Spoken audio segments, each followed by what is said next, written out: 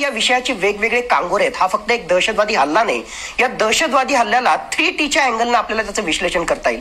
ज्या प्रकारचं टायमिंग साधलं, ज्या प्रकारे जे आहे चुनचुनके म्हणजे धर्माच्या आधारावर नाव विचारून तुम्ही सुनता केलेली आहे की नाही त्याची खात्री करून ज्या प्रकारे हत्या केली, म्हणजे लिटरली मन सुन्न करणारं, प्रचंड चीड आणणारी अशा प्रकारचा हा हल्ला आहे. आणि TRF नावाची संघटना जी मुख्यतः काश्मीरमध्ये काश्मीरच्या बाहेरचे लोक येऊ नये, जसं काय काश्मीर जे आहे यांचीच मक्तेदारी आहे, या TRFनं हे केलेलं आहे. म्हणून TRF, टायमिंग आणि टार्गेट्स या 3Tचा जर एकत्रित संबंध लावला तर ही घटना कशी युनिक आहे, कसं वेगळं आहे ते आपल्याला त्या ठिकाणी लक्षात येईल. फेल्युअर कोणाचं आहे हा तुमचा मुख्य प्रश्न त्या ठिकाणी होता.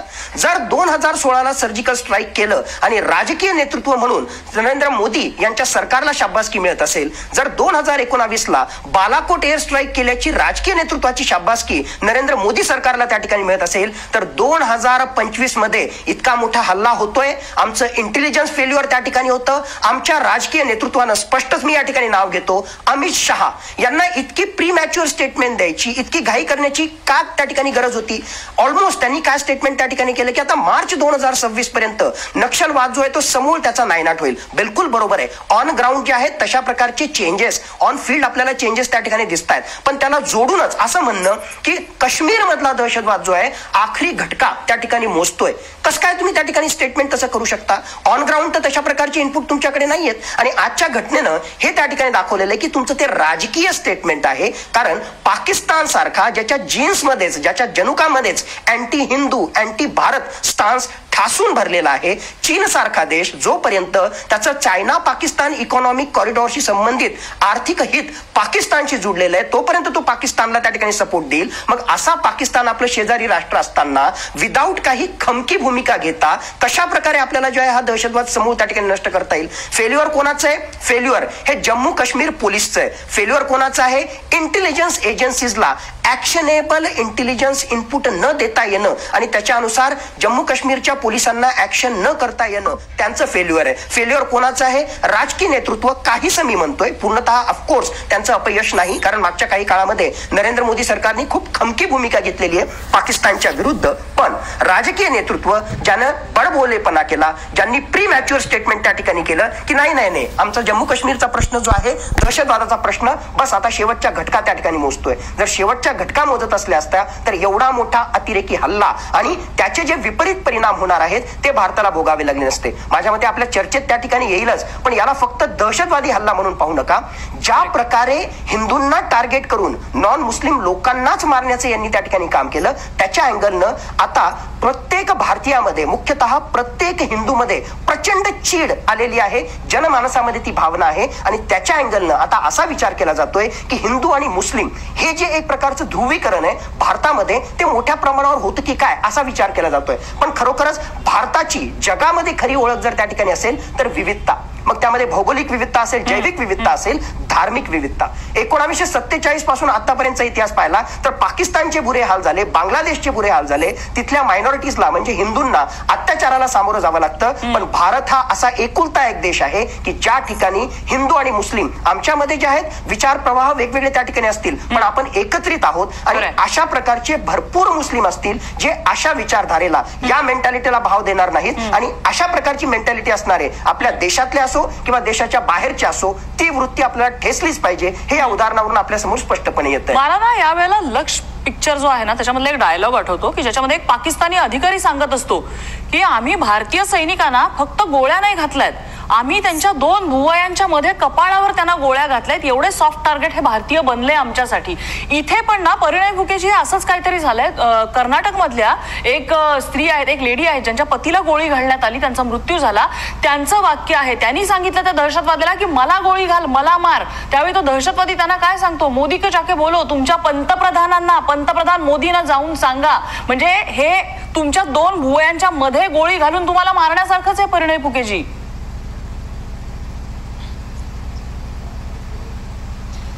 नाही बघा, असं आहे की मी 2-3 गोष्टी असं सांगतो की जसं आपले लष्करी अधिकारी साहेब जे जसं सांगून राहिले की याच्यात अमित शहा साहेब बोलले आणि म्हणून ते कुठेतरी त्यांना चेतवण्याचं काम, त्या दहशतवाद्यांना चेतवण्याचं काम अमित शहा साहेबांच्या वक्तव्यामुळे झालं. मग मला सांगा. नाही त्यांनी असं नाही म्हटलंय, त्यांनी म्हणून चिथावले असं नाही म्हटलंय, त्यांनी म्हटलंय अमित शहांचं प्रीमॅच्युअर होतं. हा ठीक आहे, जे असलं. मग मला एक सांगा की जर दहशतवादी आपण जर मोनी बाबाचं रूप धारण केलं असतं किंवा 2004 ते 2014 पर्यंत आपण बघितलं आपल्याकडे मोनी बाबाचं सरकार होतं, मग त्यावेळेस कोणीच काही बोलत नव्हतं. कोणते हल्ले झाले त्यावेळेस कोणी बोलत नव्हतं. मग तुम्हाला काय वाटतं की त्यावेळेस कोणतेही दहशतवादी हल्ले झाले नाही? आणि दुसरं तुम्ही जे म्हणतात आहे की हा निश्चितच नुसतं मोदीजीला नाही तर संपूर्ण देशासाठी एक गंभीर बाब आहे. आणि मोदीजींना त्यांनी चॅलेंज केलेलं आहे, देशाच्या पंतप्रधानांना चॅलेंज केलंय या सगळ्या याच्यानी, आणि निश्चितच संपूर्ण देशाला चॅलेंज केलंय. आणि याचं उत्तर हे 100% देश पाकिस्तानाला देणार आहे, या दहशतवाद्यांना देणार आहे. हे तुम्ही येत्या काळात तुम्हाला बघायला मिळणार आहे. आणि तुम्ही जे म्हणता इंटेलिजन्स फेल्युअर किंवा हे, तर निश्चितच काही चुका झाल्या असतील ते आम्ही कबूल करतो. पण तुम्हाला सांगतो की इतक्या वर्षात आपण जे थांबू शकलो, इतके जर तुम्ही जर आधीचे बघितले दहशतवादी हल्ले बघितले, देशावर हल्ले बघितले, बॉम्बस्फोट बघितले, मागच्या 10 वर्षात त्याच्यात मोठ्या प्रमाणात घट झालेला आहे, हे तुम्ही बघितलेलं आहे. आणि याही आकडेवारी तुमच्याकडे आहे. पण माझा एक या विषयाने ढगे साहेबांना सांगायचं आहे की ते लष्करी अधिकारी आहे, रिटायर्ड झाले असतील भले, पण असं थेट कुठेतरी आरोप सरकारवर करणे हे योग्य होणार नाही. थेट की बाबा अमित शहा साहेबांनी असं बोलले किंवा अमित शहा साहेबांचा बोलण्याचा उद्देशामुळे कुठेतरी हे चुकीचं वक्तव्य होणार. आणि मला असं वाटतं की त्यांनी आता या देशाने सगळ्याच पक्षातल्या लोकांनी एका दुसऱ्यावर टीका करण्यापेक्षा, सर्व जाती धर्माच्या लोकांनी एका दुसऱ्यावर टीका करण्यापेक्षा, या ज्या प्रकारचा हल्ला हा देशावर हल्ला आहे याच्या मागे आता सगळ्यांनी एकत्र येऊन आपण आता पाकिस्तानला लढा दिला पाहिजे, पाकिस्तानला त्याची जागा दाखवली पाहिजे, या सगळ्या दहशतवाद्यांना दाखवलं पाहिजे. कुठेतरी या दहशतवाद्यांनी जो हल्ला केला 26 लोकांना मारलं, पण आता ज्या प्रकारे आपण आपसात भांडतोय ते निश्चितच त्यांचा उद्देश साध्य होत आहे. आणि निश्चितच त्यांचा उद्देश साध्य नाही झाला पाहिजे, याच्याकरता आता आपण सगळे एकत्र झालो पाहिजे. हाच माझा मुद्दा आहे. आपापसात इथे भांडायचा मुद्दा नाहीये, कारण यापूर्वीच्या सरकारमध्ये हल्ले होत नव्हते का? तर हल्ले होत होते. या सरकारमध्ये हल्ले थांबलेत का? तर निश्चित थांबलेले नाहीयेत, ते हल्ले सुद्धा होत आहेत. त्यामुळे एकमेकांकडे बोट दाखवून त्याचं राजकारण करण्यामध्ये पॉइंट नाहीये. मात्र कमी झाले. उत्तर कसं शोधायचं, या प्रश्नाचं उत्तर कसं शोधायचं, याच्यावर उत्तर कधी मिळणार?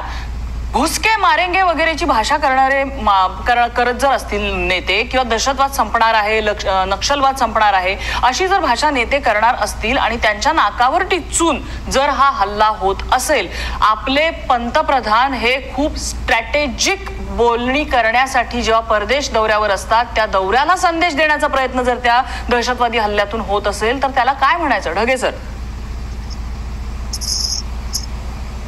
नक्कीच परिणयजींनी बहुतेक माझे मुद्दे समजले नाही. मौनी बाबाचं सरकार असो किंवा मोदी बाबाचं सरकार असो, एक भारतीय म्हणून मौनी बाबाचं सरकार सुद्धा मेजॉरिटी ऑफ भारतीयांनी निवडून दिलं होतं, मोदी बाबाचं सरकार सुद्धा मेजॉरिटी ऑफ भारतीयांनी निवडून दिलं. माझ्या कॉमेंट्समध्ये मी स्पष्टपणे सांगितलं की नक्कीच मोदी सरकारनं काही ठिकाणी खमकी भूमिका घेतली.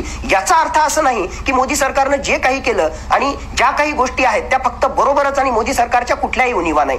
2025 मध्ये ज्यावेळेस आम्हाला उणिवा दिसत आहेत, आणि मग मी फक्त अमित शहा यांच्याविषयी स्टेटमेंट केलं नाही, आपली चर्चा चालतीये म्हणून त्या ठिकाणी अमित शहाचं नाव आलं. मी जम्मू काश्मीर पोलीस म्हटलं, मी इंटेलिजन्स फेल्युअर म्हटलं. आणि ज्यावेळेस राजकीय नेतृत्व, आपण राजकीय नेतृत्वाचा भाग आहात, राजकीय नेतृत्वाला जे आहे ओव्हरऑल जी सगळी सिस्टम आहे त्या सगळ्या सिस्टमची रिस्पॉन्सिबिलिटी, अकाउंटेबिलिटी, एक प्रकारे ते अधिकार तुमच्या जवळ असेल तर there has to be parity between accountability and as well as authority. मग हे पॉवर जर तुमच्या जवळ त्या ठिकाणी असतील तर ही जबाबदारी सुद्धा तुम्हाला स्वीकारावी लागेल. या अँगलनी अमित शहा यांनी ऑन ग्राउंड इनपुट न घेता अशा प्रकारे घाईघाईनं स्टेटमेंट करणं हे कसं प्रीमॅच्युअर होतं, हा माझा मुद्दा होता. बरं, आता तुम्ही ही चर्चाच काढलेली आहे तर आणखीन दुसरा मुद्दा त्या ठिकाणी सांगतो. 7च दिवसापूर्वी अमित शहांनी बिलकुल एक लीड घेतली, इनिशिएटिव्ह घेतली. स्वतः 3 दिवस ते जम्मू काश्मीरला गेले. High delegation in the sense security फोर्सेसच्या टॉपच्या अधिकाऱ्यांची त्यांनी बैठक घेतली आणि स्पष्टपणे त्यांनी निर्देश दिले की युनिफाईड कमांडच्या माध्यमातून आता आपल्याला सिक्युरिटी ग्रिड जी आहे आणखी मजबूत करायची आहे. आता आपल्याला जे आहेत इंटेलिजन्स इनपुट्स आणखी मजबूत रीतीने त्या ठिकाणी घ्यायचे आणि त्याच्यावर कारवाई करायची. म्हणजे एका बाजूला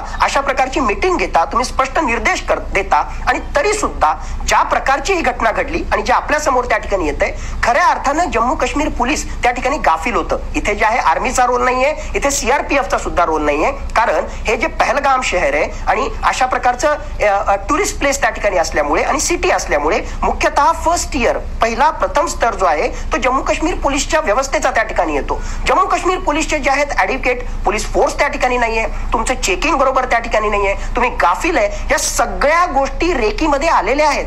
केव्हा ते येतात, केव्हा जातात, कशा प्रकारचं चेकअप होतं, आर्म फोर्सेसचे युनिफॉर्म घालून जर आपण त्या ठिकाणी गेलं तर कशा प्रकारे आपल्याला त्यांना चकवा देता येतो, हे सगळं त्यांनी केलं. म्हणूनच आम्ही त्या ठिकाणी म्हणतोय it's a pre planned attack. मग हे सगळं होत असताना जर आपलं इंटेलिजन्स एक प्रकारे जे आहे योग्य प्रकारे, ज्याला शब्द मी वापरतो ऍक्शनेबल इंटेलिजन्स इनपुट. इंटेलिजन्स तर असतात, दहशतवादी जे आहेत हल्ला करणार आहेत, दहशतवादी जे आहेत प्रवाशांवर हल्ला त्या ठिकाणी करणार आहेत, पण ऍक्शनेबल इंटेलिजन्स इनपुट ऑन फील्ड असणारे जे अधिकारी आहेत त्यांना जर एक्झॅक्टली माहिती मिळाली साधारणतः केव्हा किती अतिरेकी कशा प्रकारे हल्ला करणार आहेत तर त्यांना त्या ठिकाणी ऍक्शन घेता येते. अशा प्रकारचा ऍक्शनेबल इंटेलिजन्स इनपुट नव्हता. मग या सगळ्या सिस्टमची पॉलिटिकल जबाबदारी गृहमंत्री म्हणून तुम्ही स्वीकारणार नाही का? फक्त पाठ ज्यावेळेस तुम्हाला थोपटायची असते त्यावेळेस जे आहे कशा प्रकारे मोदी सरकार खमकं, बिलकुल खमकं आहे, त्याविषयी काही वाद नाही. पण जर चूक होती तर ती चूक सुद्धा तुम्ही ऍक्सेप्ट करा. आणि आम्हाला पूर्ण आशा आहे, संपूर्ण भारताला आशा आहे की मोदी सरकार जे आहे फार खणकर भूमिका येणाऱ्या काळामध्ये या पाक पुरस्कृत दहशतवाद्यांविरुद्ध